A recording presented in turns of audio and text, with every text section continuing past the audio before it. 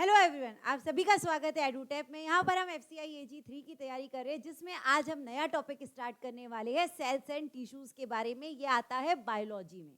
ठीक है, सेल्स को हम अलग पढ़ेंगे, टिश्यूज को अलग पढ़ेंगे, और ये टॉपिक आपके एग्जाम के लिए इंपॉर्टेंट है। तो इसमें भी 4 पार्ट रहेंगे। आज हम स्टार्ट करने वाले हैं पार्ट नंबर 1, जिसमें आज हम बेसिक क्वेश्चन करेंगे कि सेल्स क्या होते हैं, कौन कौन से टाइप के सेल होते हैं, प्लांट सेल, एनिमल सेल के बारे में, सेल ऑर्गेनल्स के बारे में इस क्लास में पढ़ने वाले हैं। तो क्लास को आपको लास्ट तक देखना है। अगर आपने यूट्यूब चैनल को सब्सक्राइब नहीं किया है तो फटाफट सब्सक्राइब करके टेलीग्राम चैनल भी ज्वाइन कर लेंगे। चलिए स्टार्ट करते हैं। उसके पहले आपकी जो डेली क्लास होती है 2 PM होती है, वीक में 5 डेज होती है, मंडे टू फ्राइडे। मंडे को जनरल स्टडीज और ट्यूसडे को जनरल स्टडीज दीपक सर आपको पढ़ाते हैं। वेडनेसडे को आपको साइंस की क्लास मिलती है। थर्सडे को technical, ARD, botany, zoology Shamli ma'am आपको पढ़ाते हैं। और फ्राइडे को अकाउंट्स आपको संतोष सर पढ़ाते हैं। ऐसे वीक में 5 डेज आपके सारे सब्जेक्ट्स कवर कराए जाते हैं। चलिए पहला question, which of the following is known as structural and functional unit of life. इनमें से किसको हम स्ट्रक्चरल और फंक्शनल यूनिट ऑफ लाइफ कहते हैं। वैसे अगर आपने नाम पढ़ा है, चैप्टर का नाम पता है, तो यहाँ पर हम आंसर बता पाएंगे कि स्ट्रक्चरल और फंक्शनल यूनिट ऑफ लाइफ हम किसे कहते हैं, सेल को कहते हैं। ठीक है, आंसर क्या हो जाएगा, ऑप्शन नंबर बी। अब इसको अच्छे से समझते हैं कि सेल क्या है। जो हमारी बॉडी है छोटे छोटे सेल्स से बनी है। जैसे कि मैंने आपको केमिस्ट्री में पढ़ाया था कि अगर कोई मॉलिक्यूल बनता है, वो उसकी शुरुआत एटम से होती है। तो उसी तरीके से जो टिश्यूज बनते हैं हमारी बॉडी में, किससे बनते हैं, सेल से बनते हैं। तो स्टार्टिंग कहाँ से हो रही है, सेल से। तो सेल को क्या कहा गया है, smallest unit and the structural and functional unit of life कहा गया है, क्योंकि जितने भी लिविंग ऑर्गेनिज्म है सभी जो है सेल से बने हैं। चाहे वो यूनिसेल्यूलर हो चाहे मल्टी सेल्यूलर हो, सारे के सारे किससे बने हुए हैं, सेल से बने हुए हैं। और जो फंक्शन परफॉर्म करते हैं, जैसे कि डाइजेशन करना, रेस्पिरेशन करना, ये सब किसकी वजह से होता है, सेल के कारण ही फुलफिल हो पाता है। तो इसीलिए सेल को स्ट्रक्चरल और फंक्शनल यूनिट कहा गया है, क्योंकि हम जितने भी बेसिक फंक्शन परफॉर्म करते हैं, सर्वाइवल के लिए हम सांस लेते हैं, डाइजेशन करते हैं, एक्सक्रीशन करते हैं, सारी चीज़ों में सेल्स की जरूरत पड़ती है। तो हमने शुरुआत कहाँ से की है, सेल से की है। तो सेल को क्या कहा जाता है, fundamental and basic unit of life कहा जाता है, एंड स्ट्रक्चरल यूनिट भी कहा जाता है, क्योंकि इसी से हमारा स्ट्रक्चर भी बना है।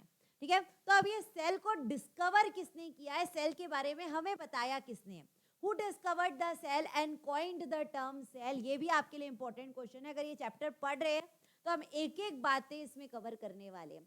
तो सेल को बनाया किसने, सेल का नाम किसने दिया है, आपको याद रखना है, वो है रॉबर्ट हुक। वो किसने दिया है, कौन से साइंटिस्ट ने दिया है, रॉबर्ट हुक ने दिया है। ये बात है 1665 की, ये बात है 1665 की। अब ये क्वेश्चन एक और बनता है, इसमें एक और क्वेश्चन बनता है कि रॉबर्ट हुक ने जब सेल्स के बारे में बताया है तो उन्हें एक्सपेरिमेंट किस पर परफॉर्म किया था। तो रॉबर्ट हुक ने 1665 में कॉर्क को किसके अंदर देखा था, माइक्रोस्कोप के अंदर देखा था। कॉर्क को माइक्रोस्कोप के अंदर देखा था और देखा गया कि कॉर्क के अंदर छोटे छोटे कंपार्टमेंट्स बने हुए हैं।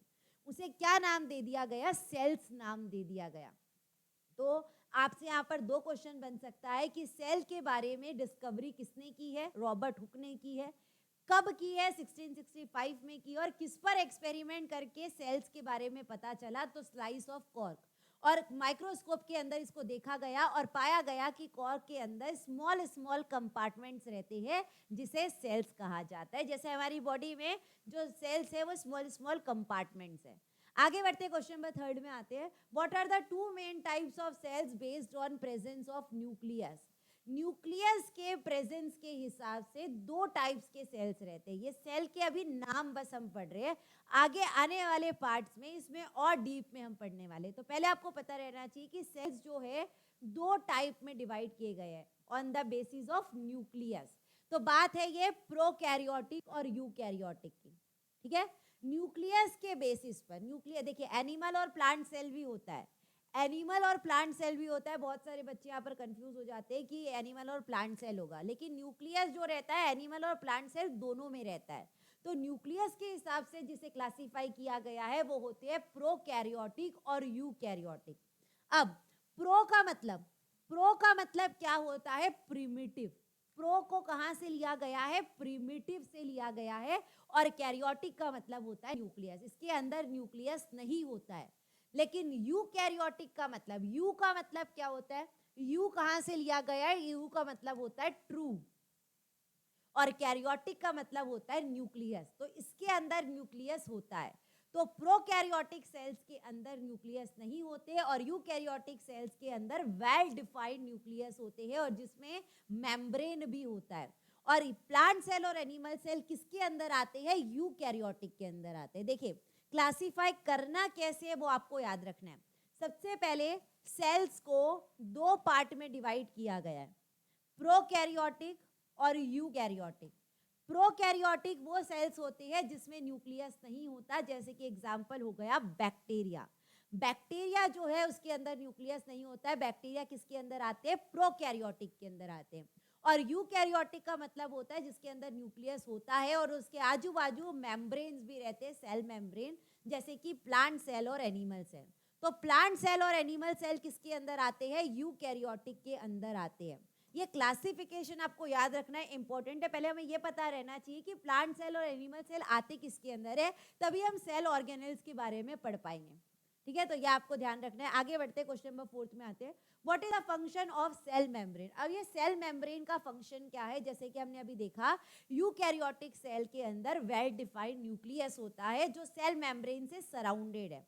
ये सेल मेम्ब्रेन का फंक्शन क्या होता है? एनर्जी को बनाना, सेल एक्टिविटीज को कंट्रोल करना, सब्सटेंस को एंटर और लीव करने में मदद करना। कौन सा सब्सटेंस अंदर आएगा सेल के अंदर और कौन सा सब्सटेंस बाहर जाएगा, ये कौन कंट्रोल करके रखता है? Cell membrane.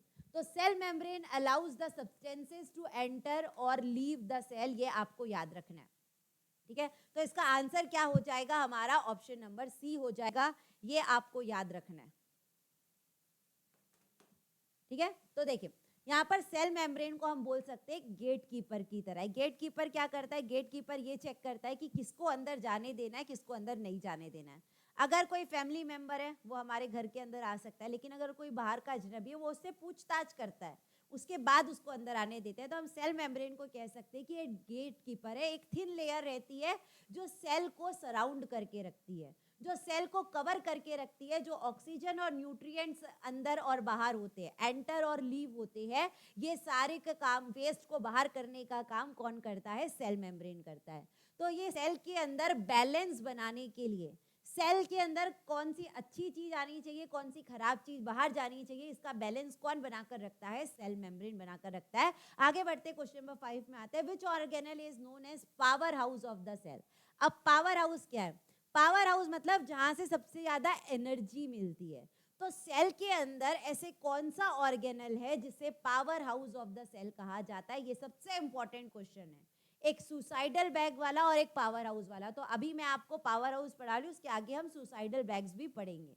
तो power house of the cell यानी कि जो सेल हमें एनर्जी देता है, सेल के अंदर ऐसा कौन सा ऑर्गेनल है जो हमें एनर्जी देता है? वो होता है माइटोकॉन्ड्रिया। वो कौन होता है? माइटोकॉन्ड्रिया। माइटोकॉन्ड्रिया को क्या कहा जाता है? Power house of the cell कहा जाता है। ये सेल के अंदर एक ऑर्गेनल है, सेल के अंदर एक स्मॉल स्ट्रक्चर है जो एनर्जी प्रोड्यूस करने का काम करता है। ये एनर्जी प्रोड्यूस कैसे करता है ये समझ लेते हैं। यहाँ से भी एग्जाम में क्वेश्चन आता है। ये क्या करते हैं? जो हमने फूड खाया है, जो हमने भोजन लिया है, जो हमने खाना खाया है, ये फूड मॉलिक्यूल्स को ब्रेक डाउन करते हैं।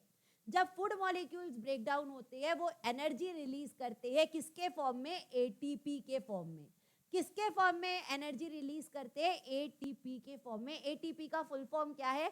Adenosine triphosphate.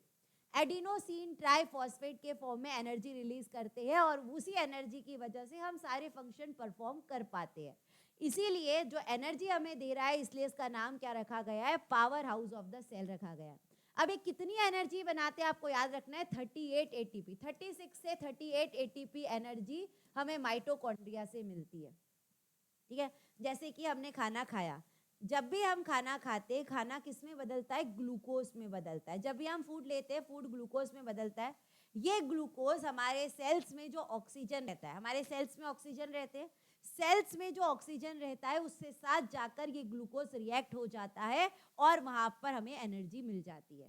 ठीक है। तो इस प्रोसेस को रेस्पिरेशन भी कहा जाता है। तो रेस्पिरेशन कहाँ पर होता है? माइटोकॉन्ड्रिया में होता है। रेस्पिरेशन कहाँ पर होता है? माइटोकॉन्ड्रिया में होता है। ये आपको याद रखना है। माइटोकॉन्ड्रिया को power house of the cell कहा जाता है। आगे बढ़ते क्वेश्चन नंबर 6 में आते हैं। What is the jelly like substance inside the cell that holds the all the organelles? जो सेल के अंदर ऐसा जेली लाइक क्या होता है जो सारे ऑर्गेनेल्स को होल्ड करके रखता है? ऑर्गेनेल्स यानी कि माइटोकॉन्ड्रिया हो गया, लाइसोसोम्स हो गया, गोल्गी बॉडीज हो गए, राइबोसोम्स हो गए, इनको होल्ड करके कौन रखता है? वो जेली लाइक स्ट्रक्चर कौन सा है? आपको याद रखना है, वो है साइटोप्लाज्म। वो कौन सा है? साइटोप्लाज्म। साइटोप्लाज्म एक फ्लूइड है। साइटोप्लाज्म एक फ्लूइड है जो सेल के अंदर रहता है। ये किससे बना है? वाटर से बना है, सॉल्ट और प्रोटीन। साइटोप्लाज्म के अंदर क्या रहता है? वाटर, सॉल्ट और प्रोटीन रहते हैं। ये क्या करते हैं? सारे ऑर्गेनेल्स को होल्ड करने का काम करते हैं। सेल्स के अंदर जो भी चीजों का मूवमेंट होता है, जो भी सब्सटेंस का मूवमेंट हमारे सेल्स के अंदर होता है, ये इनको प्रोटेक्ट भी करते हैं, इनको सपोर्ट भी करते हैं। ठीक है। एक तो हमने देखा था कि जो सेल मेम्ब्रेन सब्सटेंस को अंदर और बाहर करता है। अगर कोई सब्सटेंस अंदर आ गया तो सब्सटेंस का जो ट्रांसपोर्ट होता है उसको सपोर्ट और उसको गाइड कौन करता है? साइटोप्लाज्म करता है। साइटोप्लाज्म एक फ्लूइड लाइक सब्सटेंस है जो वाटर, सॉल्ट और प्रोटीन से बना है और सारे ऑर्गेनेल्स को होल्ड करने का काम ये साइटोप्लाज्म करता है।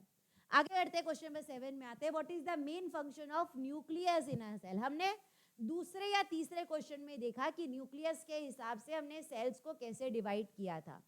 प्रोकैरियोटिक सेल्स में न्यूक्लियस नहीं होते हैं, लेकिन यूकैरियोटिक सेल्स जैसे कि प्लांट सेल और एनिमल सेल के अंदर न्यूक्लियस होता है। ये न्यूक्लियस का काम क्या है?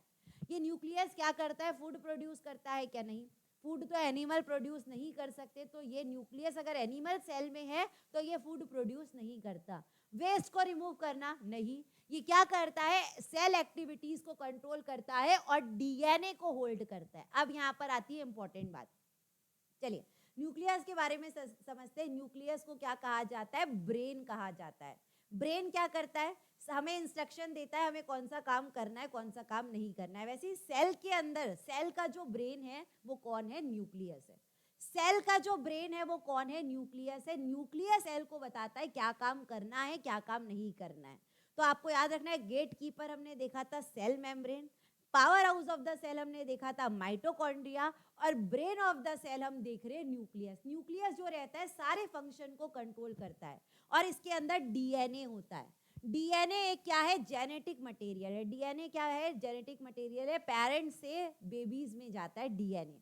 ये क्या है? जेनेटिक इंस्ट्रक्शंस जो भी सेल ग्रोथ और रिप्रोडक्शन के लिए जरूरी है। जो भी इंफॉर्मेशन सेल की ग्रोथ के लिए और सेल के रिप्रोडक्शन के लिए जरूरी है वो किसके अंदर रहता है? डीएनए के अंदर। और डीएनए किसके अंदर रहता है? न्यूक्लियस के अंदर रहता है। तो इनडायरेक्टली न्यूक्लियस क्या करता है? सारे फंक्शन को कंट्रोल करता है। सारे फंक्शन को कंट्रोल करता है, सेल की ग्रोथ को करने के लिए मदद करता है, सारी चीजों का ट्रांसपोर्ट में हेल्प करता है, सारी चीजों का सपोर्ट करता है। कौन सा काम किसको करना है उनको कौन बताता है? न्यूक्लियस बताता है। तो सेल का ब्रेन कौन है? न्यूक्लियस है। आगे बढ़ते हैं, क्वेश्चन नंबर 8 में आते हैं। Which part of the plant cell help it to make its own food? अब प्लांट सेल के अंदर, एनिमल सेल के अंदर, एनिमल सेल जो रहते हैं वो अपना फूड नहीं बना सकते। तो प्लांट सेल के अंदर ऐसा क्या रहता है जो उसको फूड प्रिपेयर करने में हेल्प करता है? तो इसका मतलब ये समझ में आ गया कि ये जो क्वेश्चन का आंसर रहेगा वो एनिमल सेल में नहीं होता है। प्लांट सेल में ऐसा क्या होता है जो फूड प्रिपेयर करने में हेल्प करता है? वो आपको याद रखना है। एनिमल सेल के अंदर तो न्यूक्लियस होते हैं तो ये नहीं होगा। सेल वॉल भी होता है, माइटोकॉन्ड्रिया भी होता है, लेकिन क्लोरोप्लास्ट जो है सिर्फ वो प्लांट सेल के अंदर रहता है, एनिमल सेल के अंदर नहीं रहता। ये आपको ध्यान रखना है। अब इस क्लोरोप्लास्ट के अंदर एक पिगमेंट रहता है। क्लोरोप्लास्ट के अंदर एक पिगमेंट रहता है क्लोरोफिल। क्लोरोप्लास्ट के अंदर एक पिगमेंट रहता है क्लोरोफिल। ये क्या करता है? प्लांट्स को ग्रीन कलर देता है। प्लांट्स को ग्रीन कलर जो रहते हैं वो किसके कारण रहते हैं? क्लोरोफिल के कारण रहते हैं। क्लोरोफिल का काम क्या है? क्लोरोफिल क्या करता है? सन की लाइट को एब्जॉर्ब करता है। और कितनी एब्जॉर्ब करता है? 1%। जितनी भी टोटल सन की लाइट आ रही होगी, उसमें से सिर्फ 1% ये सनलाइट को एब्जॉर्ब करता है और प्लांट को फोटोसिंथेसिस करने में हेल्प करता है। तो फोटोसिंथेसिस एक ऐसा प्रोसेस है जिससे प्लांट अपना फूड खुद बनाते हैं। तो प्लांट जो फोटोसिंथेसिस कर रहे हैं वो किसके कारण कर पा रहे हैं? क्लोरोप्लास्ट के कारण। ये क्लोरोप्लास्ट सिर्फ प्लांट सेल में रहता है, एनिमल सेल में नहीं रहता, ठीक है। और क्लोरोप्लास्ट के अंदर क्लोरोफिल रहता है। आगे बढ़ते हैं, क्वेश्चन नंबर 9 में आते हैं। What is the main difference between plant and animal cell? अब इतनी देर से हम पढ़ रहे हैं तो आपको ये समझ में आ गया होगा कि प्लांट सेल में और एनिमल सेल में डिफरेंस क्या है। क्या एनिमल सेल में सिर्फ डीएनए होता है? क्या नहीं, प्लांट सेल में भी डीएनए होता है। प्लांट सेल में सिर्फ सेल मेम्ब्रेन होता है? क्या नहीं, एनिमल सेल में भी सेल मेम्ब्रेन होता है। लेकिन प्लांट सेल में सिर्फ क्लोरोप्लास्ट और सेल वॉल होते हैं, लेकिन एनिमल सेल में नहीं होते। तो आंसर हमारा क्या हो जाएगा? सी हो जाएगा। इसके पहले वाले क्वेश्चन में सारे मैंने बोल दिया था शायद सेल वॉल एनिमल सेल में भी होते हैं, आपको याद रखना है क्लोरोप्लास्ट और सेल वॉल। क्लोरोप्लास्ट और सेल वॉल सिर्फ प्लांट सेल में होते हैं, एनिमल सेल में नहीं होते हैं, ठीक है। तो प्लांट सेल में जो क्लोरोप्लास्ट रहता है वो तो फोटोसिंथेसिस में हेल्प करता है, जिसके अंदर क्लोरोफिल रहता है, ठीक है। लेकिन जो एनिमल सेल है उनमें ये दोनों चीजें नहीं रहती। दोनों में क्या क्या चीजें रहती है? दोनों में क्या क्या चीजें रहती है? प्लांट सेल में भी रहती है और एनिमल सेल में भी रहती है। जो सिमिलैरिटी पूछेगा तब, अभी तो हमने डिफरेंस देख लिया, डिफरेंस देख लिया कि किसमें नहीं रहता है, लेकिन दोनों में क्या क्या चीजें रहती है? सेल मेम्ब्रेन दोनों में रहता है, न्यूक्लियस दोनों में रहता है, माइटोकॉन्ड्रिया दोनों में रहता है, और भी बहुत सारे ऑर्गेनेल्स है जो दोनों में रहते हैं। लेकिन क्लोरोप्लास्ट और सेल वॉल सिर्फ प्लांट सेल में रहता है, एनिमल सेल में नहीं रहता। आगे बढ़ते हैं, लास्ट क्वेश्चन है, क्वेश्चन नंबर 10 पूछ रहा है कि which of this is a true statement about cell? Cell के लिए कौन सा स्टेटमेंट यहाँ पर ट्रू है? All cells are the same in every organism. सारे ऑर्गेनिज्म में क्या सेल सेम रहते? नहीं, प्लांट सेल में, प्लांट में अलग है, एनिमल में अलग है, तो यहाँ पर ये गलत हो गया। Cells can not leave alone, गलत। Cells can only be seen with the naked eye. Cells को क्या नेकेड आई से देख सकते हैं? तो बिल्कुल गलत कह रहा है, सेल को नेकेड आई से नहीं देख सकते। Every living thing is made of cell. सारे जो लिविंग थिंग्स है सेल से बने हैं, चाहे वो प्लांट्स हो, एनिमल्स हो, बर्ड्स हो, हर कोई किससे बना है? सेल से बना है। इसलिए सेल को स्ट्रक्चरल और फंक्शनल यूनिट ऑफ लाइफ कहा जाता है। तो आंसर हो गया ऑप्शन नंबर डी, क्योंकि सारे ऑर्गेनिज्म, सारे लिविंग ऑर्गेनिज्म, सारे बायोटिक कंपोनेंट, लिविंग ऑर्गेनिज्म यानी कि बायोटिक होता है, सारे लिविंग ऑर्गेनिज्म, सारे बायोटिक कंपोनेंट्स, चाहे वो एक बैक्टीरिया हो, चाहे वो ह्यूमंस हो, चाहे एक बैक्टीरिया से चाहे ह्यूमन तक आप चले जाइए, सारी चीजें किससे बनी है? सेल से बनी है।